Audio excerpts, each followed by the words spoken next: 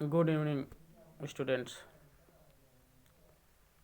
आज मैं हिंदी व्याकरण का एक टॉपिक आप लोगों के सामने लेकर आया हूँ। उस चैप्टर का नाम है संज्ञा। सबसे पहले हम लोग संज्ञा के बारे में जानेंगे कि संज्ञा किसे कहते हैं। तो देखिए, संज्ञा का सीधे मतलब होता है जिसे हम लोग अपने आँखों से देख सकें, जिसे महसूस कर सकें, उसे ही हम लोग संज्ञा कहते हैं। या फिर इस तरह कह सकते हैं, संज्ञा का अर्थ होता है नाम। चाहे वो नाम व्यक्ति का हो, वस्तु का हो, स्थान का हो,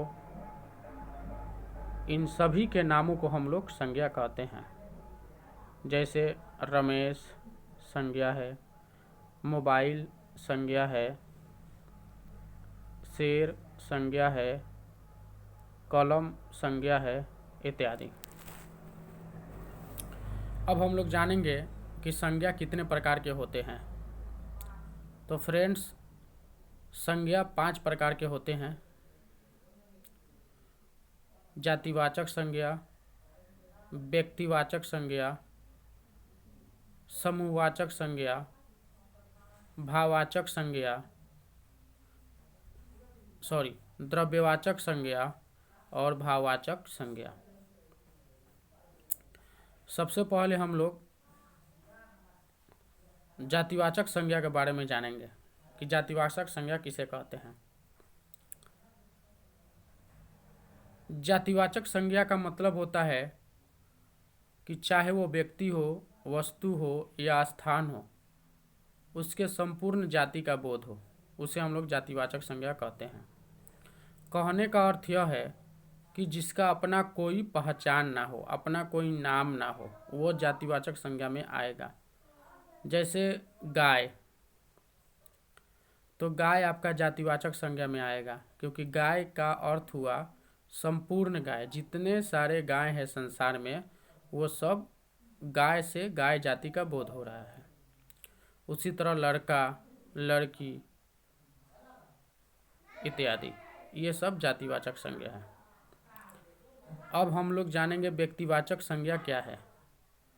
व्यक्तिवाचक संज्ञा का अर्थ होता है किसी खास व्यक्ति, वस्तु या स्थान के नाम को हम लोग व्यक्तिवाचक संज्ञा कहते हैं।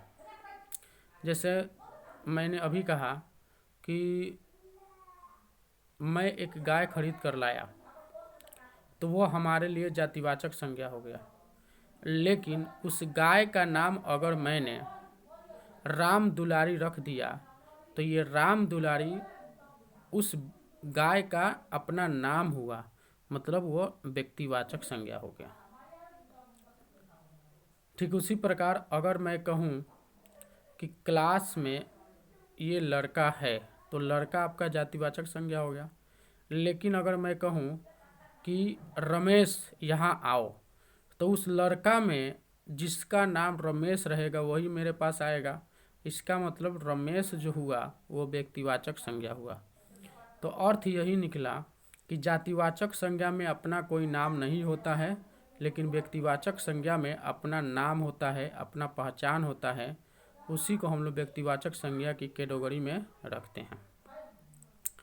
तो फ्रेंड्स, मैंने जातिवाचक संज्ञा और व्यक्तिवाचक संज्ञा आप लोगों को समझा दिया। चलिए अब हम लोग चलते हैं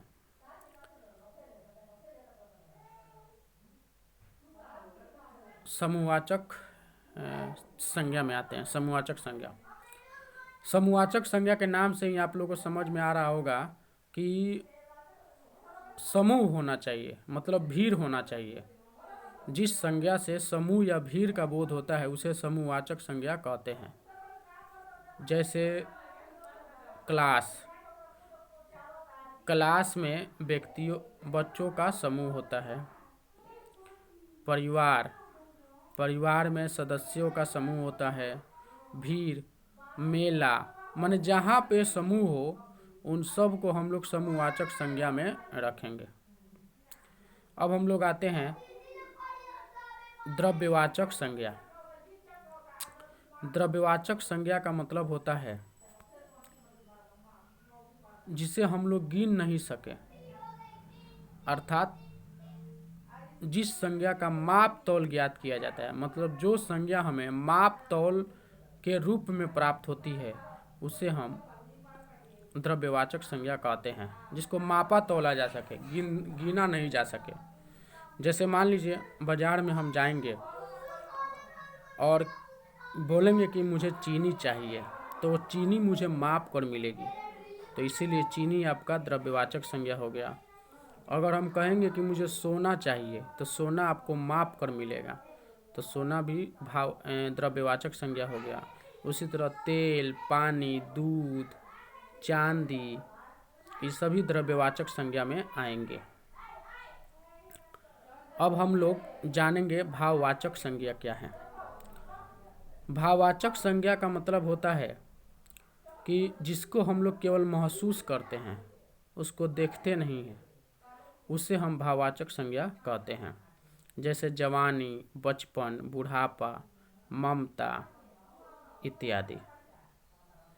तो फ्रेंड्स, मुझे आशा है कि आप लोगों को संज्ञा अच्छी तरह से समझ में आ गई होगी।